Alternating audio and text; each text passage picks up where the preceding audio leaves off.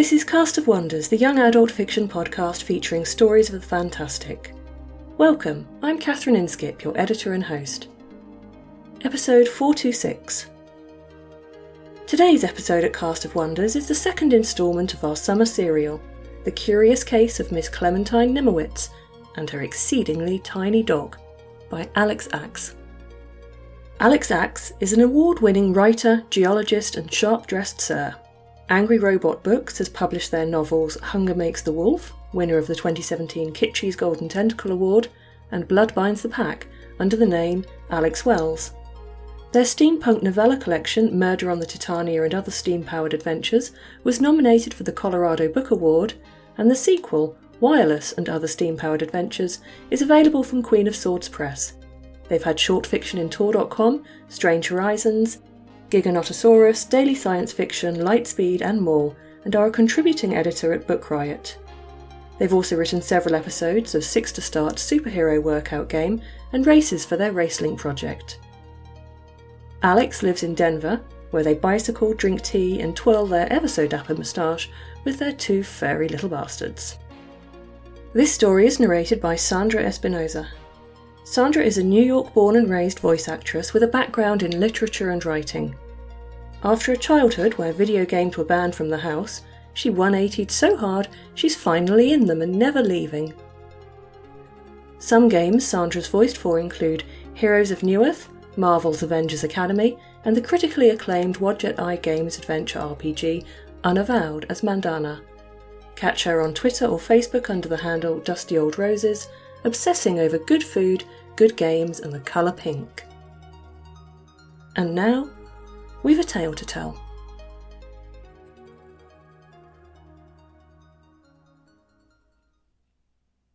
They met Elijah among the warehouses not too far from the Union Station. He'd brought one of the more innocent-looking rail cars down from the mountains and thus was able to berth it along the public tracks. Elijah Masterson was a man of medium height and untidy habits, though today he seemed particularly untidy, perhaps because he had been called down so abruptly. His brown hair stuck out in untamed curls and a shadow of stubble decorated his chin. He wore a rumpled brown checkered shirt, one sleeve half rolled up, and a vest he hadn't bothered to button. No jacket in sight. Or, Sims thought upon a closer look at the younger man's rather red eyes, today he wasn't so much untidy as quite hungover. This really only served to affirm Sims's decision to give him this task. It'd certainly keep him out of trouble. Elijah still offered the captain a snappy salute, after first glancing around to confirm that they were alone. "Sir, I was told you had an important task for me." Captain Ramos waved a hand dismissively. "Oh, indeed, Mr. Masterson. Sims?" Obligingly, he held Chippy out toward Elijah. The tiny dog began to squirm, yipping excitedly at the prospect of making a new friend. "Here you go." "Sir?" As was all too often the case when an item, no matter how strange, was offered to a person, Elijah took the little dog without thought, and then stared at the captain. This was a habit Sims had broken in himself long ago, realizing that if he would be spending much time around Captain Ramos, more concern for his own physical health and sanity was necessary. "His name is Chippy," Captain Ramos said in her most helpful tone, which wasn't helpful at all. More amused. "You'll be minding the dog while we see to things in the city," Sims supplied in his own, almost equally helpful tone. "There's a nice bit of park not far from the station. You ought to walk him there, and pay careful attention if he feels the call of nature," Captain Ramos finished. "Which he ought to, quite often, as we've had to give the poor thing a bit of croton oil." Elijah's expression became one of horror as he stared at them. Chippy, still in his outstretched hands, squirmed into position to place his paws, which, as luck would have it, were quite muddy thanks to a puddle they'd found on the way to the station, on Elijah's chest, so he could give the man's bestubbled chin an enthusiastic washing. But why?" It was probably a kindness to refrain from telling him what had been in the dog's mouth recently. "And when that happens," Sims continued, reveling in Elijah's befuddlement, "you must carefully check the results for evidence of a rather nice pearl and diamond necklace. We need it." Observing the dawning horror in Elijah's eyes, he was forced to wonder if Captain Ramos felt like this all the time. And perhaps this was why she seemed so determined to mess with his mind at every turn. "Do give it a thorough clean," Captain Ramos smiled. Perhaps observing Elijah's rather slack look, she drew a stained handkerchief from the top of her boot and tucked it into his breast pocket, giving it a little pat at the end. "There's a good fellow." "Buck up, Elijah," Sims added. "There may be some ladies at the park. Ladies have a weakness for such tiny dogs, I've been told. Though presumably not when they are in the midst of explosive diarrhea." Chippy still held out at arm's length, Elijah said weakly, "Oh, is that so?" "If anything of interest emerges, Mr. Masterson, any of my regular runners will know how to find one of us." Captain Ramos waved airily. "Have fun with your new friend." "But—" Finally, Elijah set the dog down. All that prevented a well-timed escape by Chippy was Elijah hastily grabbing for his leash. "I don't know a thing about dogs. Mom never let us have any pets. Will he need water?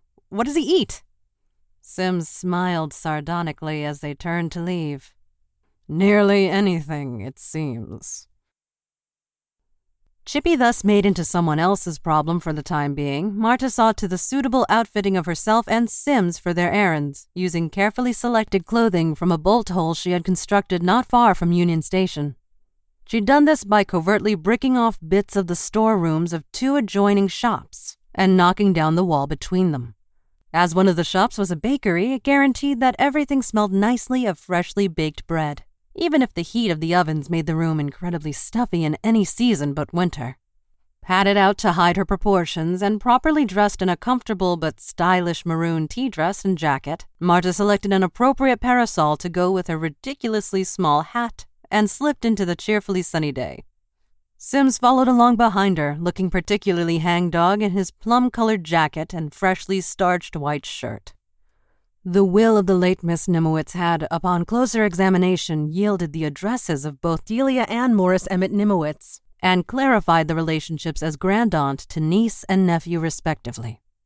In the street outside the station, Marta hailed a steam-powered taxi that didn't appear overly rugged, and spent the cross-country ride mentally establishing the cover story for her and Sims as granddaughter and grandson-in-law of one of Miss Nimowitz's school chums. There had been more than enough keepsakes and reminders of younger glory days in the deceased lady's bedroom to provide the necessary veneer of detail. The address for Morris ended up being a rather grand house not far from City Park, though the house showed subtle signs of not being cared for as well as it needed. The paint wanted to be refreshed, and some of the shutters had been damaged, probably during the last great storm of the recent winter. The interior design of the house showed the same subtle shabbiness, the carpets a bit drab, the paintings a bit too spaced out, as if there had once been more. Through sheer luck, it was an at-home day for Morris Emmett Nimowitz and his wife. Marta surreptitiously kicked Sims in the ankle when she caught him fiddling with the starched shirt collar as they waited for the maid to convey their card, carefully sorted from her cabinet of stock as bearing one of the most common family names, inside. She answered his glare with a murmured, "If you'd only stand up straighter, it wouldn't worry you so." "If I stood up any straighter, I'll run my head into the doorframe." "If only architects had taken into account the return of the Titans," Marta said dryly. She quickly smiled as the maid returned to see them in. As Marta had expected, Morris Emmett Nimowitz was the male half of the two antitypes. A perfect match from the cheekbones up. His chin was hidden conspicuously under a well-groomed goatee. Coupled with the rust-colored brocade day coat he wore, he looked rather like a circus ringmaster, one who was attempting, but failing, to be just to the tintillating side of sinister. He was dressed well enough, though to Marta's keen eye there were telltale signs of financial trouble in his wardrobe.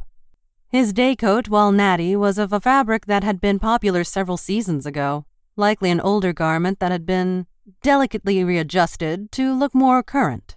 Covert glances around as they were shown to the sitting room revealed several decorations that were carefully plated pot metal. Marta had learned early on in her career of thievery how to discern at least cheap fakes with a glance. She'd wager anything the originals had been pawned or sold. Interesting, that. Introductions were made and bows exchanged. From the look on Morris's face, this time around Mr. Smythe had managed to keep his handshake below bone-crushing strength, and his bow was passable enough. Polite conversation was then had, the familiar and heartily boring routine of socializing. Marta carefully followed the motions until the last tiny cucumber sandwich had been consumed before remarking, "How is your grandaunt, by the way? Grandmama asked us to stop by her house while we were in the city, but she doesn't seem to be in. I'd like to be able to take back some news to the Duchy of Charlotte, even if it's not from the grand lady's mouth." Morris and Adelaide exchanged a glance that was likely intended to be unreadable, but it certainly howled of some kind of disturbance and nervousness. "Grandaunt Clementine doesn't travel around much at all these days," Mrs. Adelaide Nimowitz said, her tone just a little too bright. She was a slim, nervous woman with premature threads of white in her mahogany-colored hair. Her deep blue dress wasn't the most flattering shade for her, and showed the same signs of reuse and alteration that her husband's coat did. "I'm afraid she'd have little news for you even if she was in." "Oh, but surely a bit of tea talk." "Doesn't go out much for tea either," Morris drawled. "Her health, you know." A sharp look from Adelaide, and he added, "Good health for a lady her age, that is, but of her age, you see, she doesn't take many visitors." "Oh, dear. She hadn't mentioned anything at all to Grandmama." Marta rearranged her expression into one of rather vacant concern. "Well, you know, stiff upper lip, wouldn't want to be a complainer," Morris shrugged. "Well, at least she's surrounded by her loving family in her twilight years," Marta burbled happily, just to see what kind of reaction it might provoke. Morris's expression went stony. "Adelaide and I do try to keep her entertained. I'll be certain to mention your visit when I next see her." His voice held a firm note of finality. Marta sipped her cup of tea. "I thought I might visit your cousin Delia, perhaps tomorrow. I've heard lovely things about her from Grandmama." She watched Morris's face with interest, trying to place where she'd last seen a color quite like the one his cheeks had gone. Somewhere between an eggplant and the top of a rutabaga, really. Adelaide was trying to catch her eye as well, making little sharp shakes with her head. Still, Morris managed to keep his temper enough to only sputter and not actually degenerate into cursing in front of his guests. "Delia," he ground out, "is no one you should waste any time on, at all." Marta pretended to be both shocked and contrite, taking out her fan for the sole purpose of fluttering nervously. "Oh, dear, I've put my foot in, haven't I? But she sounds so nice, and I have so few lady friends at home." "Delia is very good at seeming nice when she thinks it is politic to do so," Adelaide said primly. "I hate to speak ill of our own family, Mrs. Smythe, but she is a consummate con artist, if I'm to be brutally honest. Do be careful if she asks you for anything." "Oh, my. That sounds frightful." Morris cleared his throat as if trying to dislodge a chunk of bile. "Forgive my display of temper. It's been very trying recently, with Cousin Delia worming her way into Grandaunt Clementine's affections for something so base as money." Marta began to wonder if the addition of the goatee hadn't been so much a fashion choice on Morris's part as an attempt to remove all family resemblance between himself and his female cousin. "Morris is her heir, you know," Adelaide added. "Rightfully, by law." Only, Marta knew, since there was just a fortune involved and no actual title, the law would bend to whichever of the wills in her possession turned up. The fact that Morris had a few extra bits stashed in his trousers didn't really matter in the fact of the deceased Nimowitz's wishes, whatever those had been. What a delightfully murky question. "What did you make of that?" Sims asked after they were a safe distance from Morris and Adelaide's little townhouse. "I think their cook ought to be fired. The pâté was a ghastly concoction of grizzle." He rolled his eyes. "You know what I mean." "I do." Marta rubbed her chin meditatively. "And I don't quite know yet. We've only just begun to stir the pot, after all. But Cousin Delia sounds quite interesting, I think. Morris most certainly has motivation. If he doesn't have a gambling problem, I will eat my hat, including all the pins." People will murder each other cheerfully over baubles and who got the bigger potato from the midden. I have little doubt that the money involved is suitable motivation for murder. So what now? We talk with Delia, of course. Or perhaps I should. There was no husband mentioned in the will, so it's a safe assumption that she's a spinster. A woman-to-woman chat might be a bit more revealing. And if she truly was a con artist, as Morris had claimed, presenting her with a single and obviously idiotic target might draw her out. Perhaps Morris is trying to play at us, but if so, it wasn't a very subtle move on his part. A challenge. Marta liked a challenge. What should I be doing then, while you're off having crumpets with the Queen of Darkness? Sims asked. Why don't you look into the disappearance of Miss Nimowitz's maid? That seems a piquant question all its own, and no doubt important. Marta gave him an exasperated look. And it means you can take off the shirt collar before you ruin it with all your scrabbling.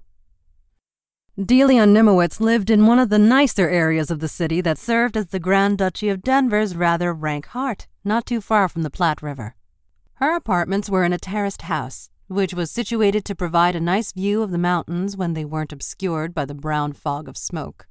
The house was painted a delicate robin's egg blue, with its trim and embellishments a much more emphatic purplish shade, similar to the juice of a blackberry. Pots, window boxes, and hanging baskets of flowers provided a minor riot of color for the front. A crisply uniformed maid answered the door and took her calling card into the recesses of the house, her hand moving to turn down one of its corners as she did so. Marta cooled her heels in the dove-gray front hall, inspecting the umbrella stand, which contained nothing but ladies' parasols. There were several plants in the entry hall as well, mostly common houseplants such as grape ivy. On a small end table, Marta spotted a small potted plant with sprays of delicate white fluted flowers. Closer inspection confirmed it was a very well cared for Zacatetici, notably far from its home environment in the Third Mexican Empire, and as a source of an interesting hallucinogen, not at all the sort of plant she'd expect to find in the possession of a well-bred young lady. Suddenly, she found herself all the more eager to meet Delia Nimowitz. Thankfully, the younger Miss Nimowitz did not disappoint, or she would have had to come up with a far more creative solution. The maid reappeared and gave Marta, or as she intended to be known for the purposes of this interview, Abigail Smythe, a friendly smile. Miss Nimowitz would be pleased if you would join her for tea in the parlor, Mrs. Smythe. Marta gave the maid her most fatuous smile. I would be delighted. I've looked forward to meeting her ever so much. The drawing room wasn't quite what she had been expecting. For the most part, it was tastefully furnished, but also very cluttered. Every available surface where a keepsake could be displayed held something, ranging from enameled eggs to interesting fossils to a few wooden and porcelain figures that looked shockingly cheap when put up against everything else. Marta took in as much of the clutter as she could with a single sweep of her gaze. If the selection were of personally acquired souvenirs, the younger Miss Nimowitz was exceedingly well-traveled. There were items there from each of the continents but Antarctica. A single glance was all she could spare the room in her current persona, however. Abigail Smythe was supposed to be social in aim and buoyant in personality, and not terribly observant. She didn't want to put one of the main suspects for the late Miss Nimowitz on the defensive. Marta smiled broadly at the living and much younger Miss Nimowitz, who rose to her feet for a proper greeting. Delia Nimowitz proved to be the woman from the anthrotype in Clementine's room. The light hints of coloration had not done justice to the rich tone of her skin, or the long fall of slightly wavy black hair. A deep blue tea dress complemented her coloring perfectly. Her features were graceful, her lips curved slightly as if she'd thought of a joke but wasn't about to share it with anyone else. She had tawny eyes. The color alone was not enough to put Marta in the mind of a mountain lion, but there was a secretive, amused quality to her gaze that was even more distinctly cat-like. More interesting to Marta, however, was the spark of bright, calculating intelligence she thought she caught in the woman's eyes, as calculating and considering as her own. The look disappeared a split second later, obscured by Delia's lace fan and perhaps carefully packed away. Or, more reasonably, a figment of Marta's imagination. She'd never been one to believe in such fuzzy, emotional ideas as reading someone's spirit in their eyes. Mrs. Smythe, welcome to the Grand Duchy of Denver. I hope travel has treated you well. Delia's voice was low and well modulated. "Oh, indeed, and thank you ever so much, Miss Nimowitz, for such hospitality and on such short notice." Marta pitched her own voice higher, layering onto it an accent that would place her neatly in the borders of the Duchy of Charlotte. That duchy was still most tightly tied to the Caribbean kingdoms and Britannia. Its few minor aristocratic families weren't so well known in the rest of the American duchies. The maid returned to serve them tea, an array of delicate sandwiches, and biscuits. As was socially expected, they made polite conversation regarding the state of the weather, any news of a non-exciting nature from their respective home duchies, and did a bit of cooing over the announcement that the Grand Duke of Denver's daughter was pregnant and certain to produce a strapping grandson for him. Only after all those topics had been covered did the conversation circle back onto interesting territory. "Now, Mrs. Smythe, I must say this has been a pleasant surprise, as we've obviously not been introduced before. If you don't mind me asking, what has brought you to our fair duchy?" "I don't mind you asking at all," Marta said, smiling brightly. "My husband has come here on a business trip. He's looking to expand his shipping interests west, since we've been hearing of such expansion in both Denver and Salt Lake." "Oh, how excellent for you. I do hope his trip is a success." With a delicate tilt of her eyebrows, Delia seemed to be indicating an additional question that she was in fact far too polite to voice. "We've been here for a few days, but I believe it's going well. He let me out to do a bit of shopping and make some social calls while he takes a look at the warehouse situation near the stations. And social calls are what bring me to your door. I don't know if you've heard her speak of it, but your grandaunt and my grandmother, Eloise Gordon Smythe, were school chums at St. Albert's. They've been corresponding ever since, and Grandmama did want me to say hello to Miss Nimowitz while I was here." There was nothing in Delia's expression but mild curiosity. Either she didn't know her grandaunt was dead, or she was very, very good. "Oh, I see. Would you like an introduction?" "I've a letter of introduction from Grandmama, as you might expect. No, the reason I thought to pay you this call is that I've been by your grandaunt's house these last 2 days, and no one so much as answered the door or responded to either of the notes I left. I don't suppose she's gone traveling?" A fairly absurd question for a woman of Clementine's apparent peri-mortem age, but the real function was to offer Delia a polite social out if she thought Clementine simply did not want to receive these visitors at all. Instead, the woman's fine dark eyebrows arched up. "No, she hasn't traveled at all in the last, 5 years? Her health has always been quite good, of course, but she said she wanted to spend her golden years near her heir." She quickly continued before Marta could inquire just who the heir might be. "That is puzzling. Grandaunt Clementine prefers to live simply within her means, but she does have a maid who lives in the house." She snapped open her fan, obscuring her mouth for a moment as her brows drew back down. "Well, I'm certain there's a simple enough explanation for this. If you please, leave me the details of your hotel, and I shall let you know once I've spoken with her." Marta bowed her head. "I do appreciate it. Grandmama would worry so if I left things just as they are." "But of course, I'm sorry you've been so troubled." She smiled over the rim of her teacup. "No trouble at all, Miss Nimowitz. While we're on the subject of your relatives and their travel schedule, I don't suppose your cousin Morris is in town, is he? Mr. Smythe has been eager to meet him." It was no effort at all to lie and pretend she hadn't just been to the man. From the way Morris had spoken, it wasn't as if he'd been telling his cousin he'd had visitors. Delia's eyebrows went up. There was a distinct hint of distaste to the set of her lips for a moment. "Really? Whatever for?" "I think it's something to do with sport. Mr. Smythe played cricket in university, and he never tires of going on about it." She smiled indulgently, rolling her eyes. "Ever?" Apparently mollified, Delia nodded. "My cousin Morris seems to have the same affliction in regards to his glory days. Whether it's sports or his time in the Grand Duchess Eliza's East Asian Expeditionary Force. As you can imagine, there's little we have in common in that regard." She took a small sip of tea. "But yes, he is in his house in town. He and his wife have put down their roots here quite firmly. Investments and the like, I hear." "That isn't the case for you?" Delia laughed. "Oh, it always seemed best for me to stay light on my feet, at least until I've caught a proper husband." Marta indicated the room with a wave of her hand. "But you've done a good deal of traveling, haven't you? Some of these little curiosities seem quite foreign." Thus led, Delia demurely admitted to a bit of travel throughout the Americas and even into Asia, particularly the Chinese Empire, which explained much of the decor.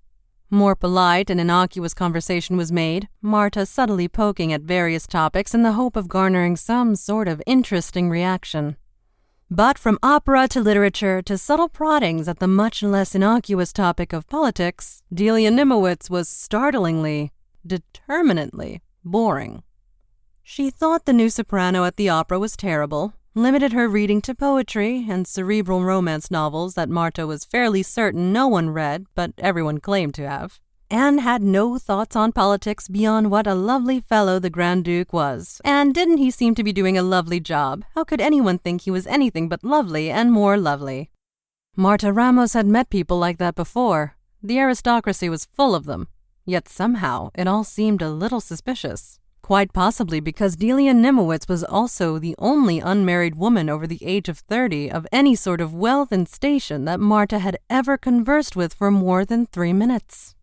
Or perhaps it was because those tawny eyes seemed to be challenging her at every turn to ask just one untoward question that the brainless Mrs. Smythe wouldn't possibly ever think to ask. Marta didn't rise to the bait. Instead, she simply enjoyed the excellent tea and a few more baked goods than she probably would have on her own. Mrs. Smythe, unlike Captain Ramos, was rather pleasingly plump, however, and allowed Delia to walk her to the door. On the way, Marta indicated the Zacatecici on the table.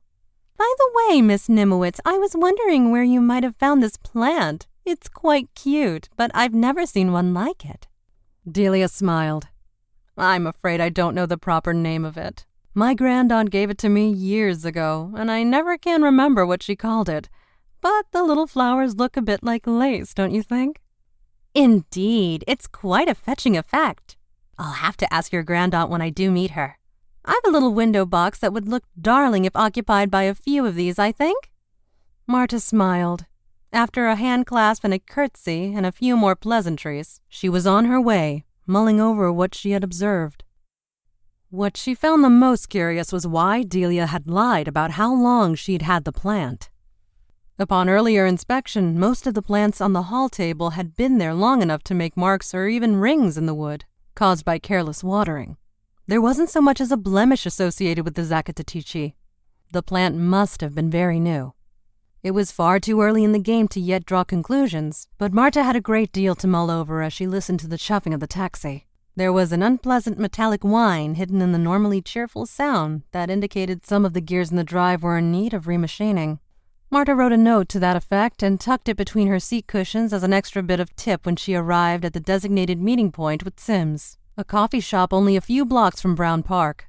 Rather than the big man, a small, grubby child perched on the nearby garden wall. Catching sight of her, the little girl scampered over and held out a crumpled bit of paper. Marta dug past her revolver in her handbag to come up with a quarter for the girl, and then read the message. "Need you back at the warehouses at once. V. Urgent. E.M." Marta sighed and strode to the street to hail another taxi, her long skirt swirling around her ankles. Sometimes she felt as if the world did its level best to fall to pieces the moment her back was turned. Well, the plot thickens, doesn't it? Marta's already suspecting that she's found a worthy opponent in Delia Nimowitz, and I'm pretty sure there's more jousting of wits yet to come. Is she a murderer, though? Either way, there's a lot of mystery still to be unravelled. What's been happening in the warehouse? And who knows what Mr. Chippy will get his teeth into next? Join us again soon for the next instalment of The Curious Case of Miss Clementine Nimowitz and her exceedingly tiny dog. In the meanwhile, we're thrilled to announce that Cast of Wonders will be open to submissions for its biennial Flash Fiction contest during the last 2 weeks of August. Take a look at our website and Twitter feed for more info. We love bringing you the best audio fiction week after week, but we can't do it without your support. We'd love to be able to offer our narrators more than token payments and our hard-working associate editors anything at all. please consider supporting us with a monthly donation through either PayPal or Patreon. You can also review us on Apple Podcasts, request us on Spotify, and consider the stories we publish for award consideration. There are lots of ways you can help. Join the discussion on our Patreon Discord server, the EA Forum, forum.escapeartist.net, or visit on Twitter at Cast of Wonders. Come say hello.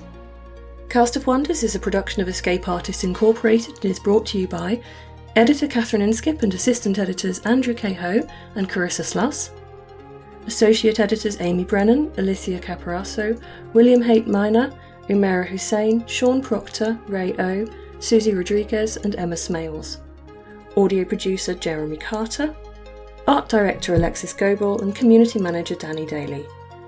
Our episodes are released under the Creative Commons Attribution Non-Commercial No Derivatives 4.0 International License. That means you can download or listen to the episode on any device you like, but you can't change it or sell it. Our theme music, Appeal to Heavens, is by Alexei Nov and available from Promo DJ or his Facebook page. Thank you for listening.